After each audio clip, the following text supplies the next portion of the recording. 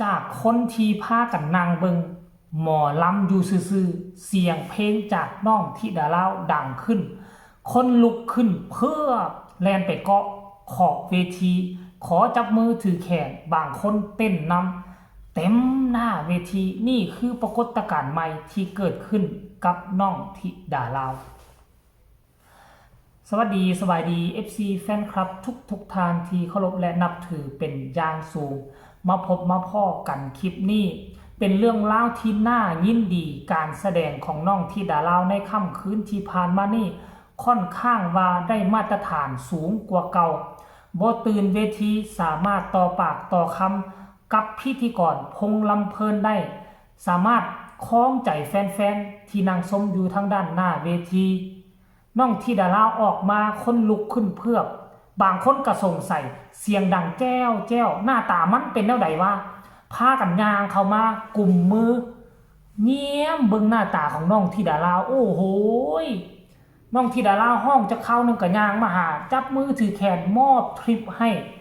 คนหนึ่งมาแล้วคนสองก็มาคนสามก็มีคนสี่คนห้าตามมามือวานนี่นะขั้นนับตั้งแต่โซนนี่แล้วก็โซนนั่นรวมแล้วเป็น10เป็น20คนที่ลุกขึ้นเต้นหลังจากที่เพลงเมฮันนี่ถูกเสพขึ้นและเสียงห้องจากน้องธิดาลาวหลายคนก็สงสัยเอาว่าเมฮันนี่เกิดใหม่บ่เสียงขึ้นมาค่ายขึ้นแท้คือเก่งแท้กลายเป็นเรื่องมหัศจรรย์เกิดขึ้นกับชีวิตน้องธิดาลาวอีกครั้งหนึ่งคนอื่นเบิ่งแล้วก็อาจจะเป็นเรื่องปกติที่ศิลปินออกมาจะมีคนไปยืนเกาะอยู่ขอบเวทีแต่ชีวิตการเป็นศิลปินของน้องธิดาลาวนี่จะเป็นครั้งแรกที่มีคนมาเกาะขอบเวทีเสียสมและเต้นฟ้อนใส่เพลงน้องธิดาลาวหลายขนาดนี้ตอนไปขึ้นเสียงดีฮกกับอลังการโชว์ข้างก่อนๆก็หักมีอยู่แต่คนบ่ให้ความสนใจหลายป่านนี้เพราะครั้งนี้ดนตรีใหม่เพลงเก่าของเมฮันนี่ถึกเสพขึ้นมาน่ะมีคนมาฟ้อนเจ๋บอลาวเห็นแล้วก็รู้สึกตื่นเต้นไปนำแต่ว่าตัวน้องธิดาลาวคุมอาการเก็บอารมณ์แสดงออกมาได้ดีบ่มีการตื่นเวทีอันนี้คือสุดยอดบ่ได้ขึ้นเวทีเป็นเกือบ2 เดือนแต่น้องกลับมาครั้งนี้คือมาตรฐานสูงบ่ตื่นบ่เต้นเฮ็ดได้ดีต่อปากต่อคำมีคำสอยก่อนที่จะห้องเพลงอีกคนหัวแตกวุ่นคนปรบมือให้คนมาฟ้อนเยาะแยงนี่เป็นครั้งแรกที่ค่อยเห็นที่น้องธิดาลาวขึ้นและคนให้ความสนใจขนาดนี้รายละเอียดให้ทุกคนไปส้มคลิปเรานี่สกอนขออนุญาตจากเจ้าของคลิปเด้อรวบรวมมาจาก 2-3 คนนี่แหละเอามาเป็นคลิปให้ทุกคนได้เบิ่งฝากทุกคนกดไลค์กดแชร์แน่ไปส้มพร้อมกันเลยกระจากแจกคุณล่าน้ำเด้อค่ะแล้วก็อีก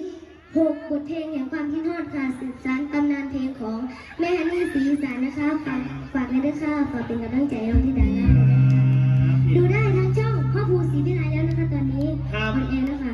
ตอนนี้คนเบิ่งจากล้านแล้วพอกันครับผม3 ล้านแล้วค่ะ3 ล้านแล้วพี่น้องครับไปปั้นวิวอีกแน่เด้อนะครับขอบคุณทุกความรักทุกแห่งใจพี่น้องเฮาผู้สาวลาวอายุ11 ขวบอนาคตไปไกลครับผมสงสัยอันนึงผู้น้อยๆนี่ซีนบ่พ่อหีบแต่ว่าเสียงออกมาแต่ใสหลายครับแถว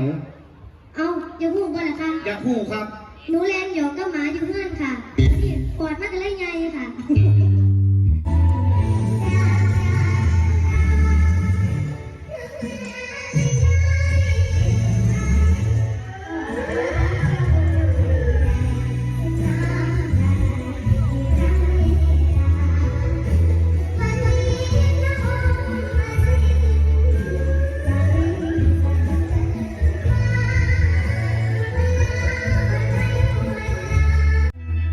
ละเมอห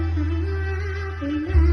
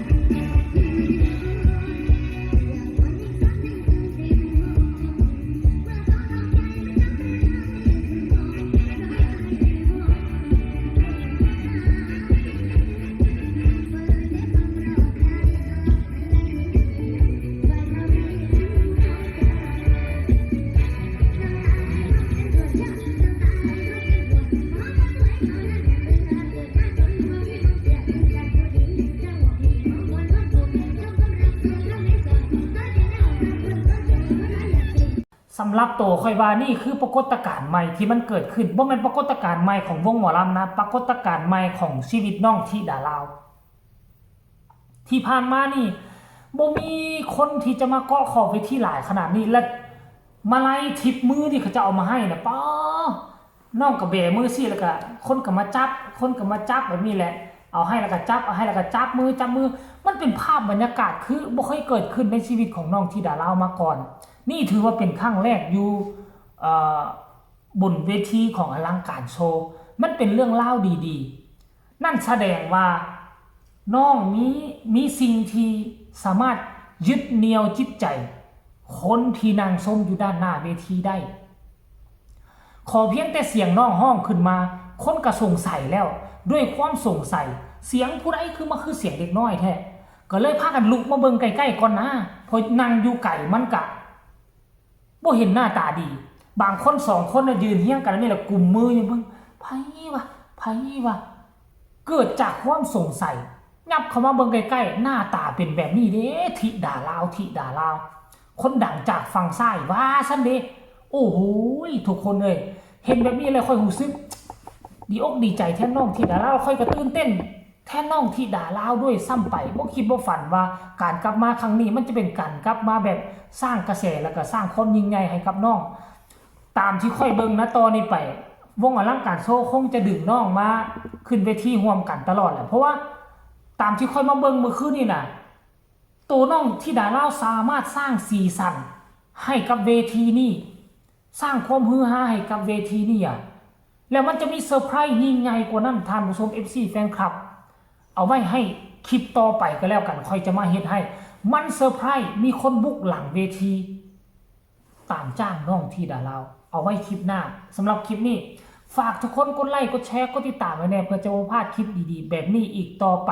ใครมีคำตำหนิติชมคำคิดคำเห็นคือใดให้ส่งข่าวมาได้ทั้งใต้คอมเมนต์สำหรับคลิปนี้ลาทานผู้ชมไปก่อนสบายดี